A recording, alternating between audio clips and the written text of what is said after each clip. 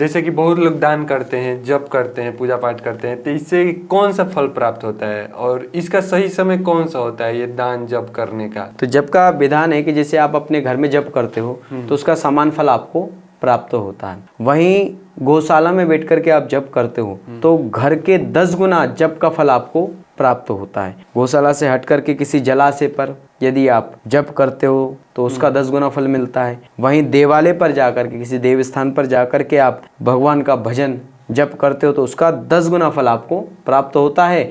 और वहीं किसी बड़ वृक्ष, समी पत्र, बेलपत्र के, तुलसी पत्र के नीचे जप करते हो तो उसका 10 गुना फल आपको प्राप्त होता है। किसी तीर्थ नदी में जा कर के आप जप करते हो तो उसका 10 गुना आपको फल प्राप्त होता है।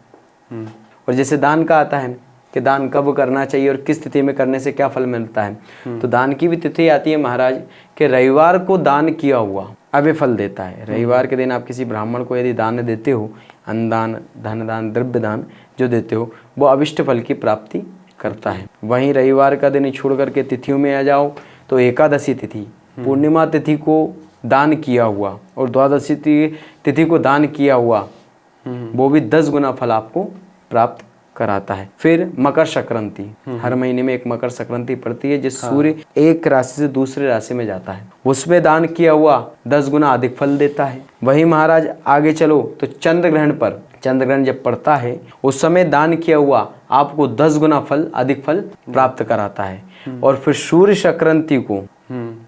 संक्रांति को किया हुआ दान वह भी आपको अभिष्ट फल प्राप्त कराता है। और वहीं जब सूर्य ग्रहण होता है, जब राहु सूर्य को ग्रसित कर लेता है, उस समय दान जप किया हुआ वह आपको 1000 गुना फल देता है। यानी कि सूर्य ग्रहण के समय जो दान पुण्य करता है वह 1000 गुना फल प्राप्त करता है। वहीं अपने नक्षत्र को, यानी कि जिस समय आपका जन्म हुआ, अपने जन्म के नक्षत्र में दान किया हुआ वो भी आपको अभय तथा अभिष्ट फल की प्राप्ति कराता है, यानी 1000 गुना फल की प्राप्ति कराता है। इसलिए अपने नक्षत्र पर, जन्म नक्षत्र पर हमेशा दान पुण्य जप करना चाहिए। ओके, अब समझे। मतलब जैसे सूर्य ग्रहण, चंद्र ग्रहण लगता है तो घर पर क्यों मम्मी लोग दान करती थी जी।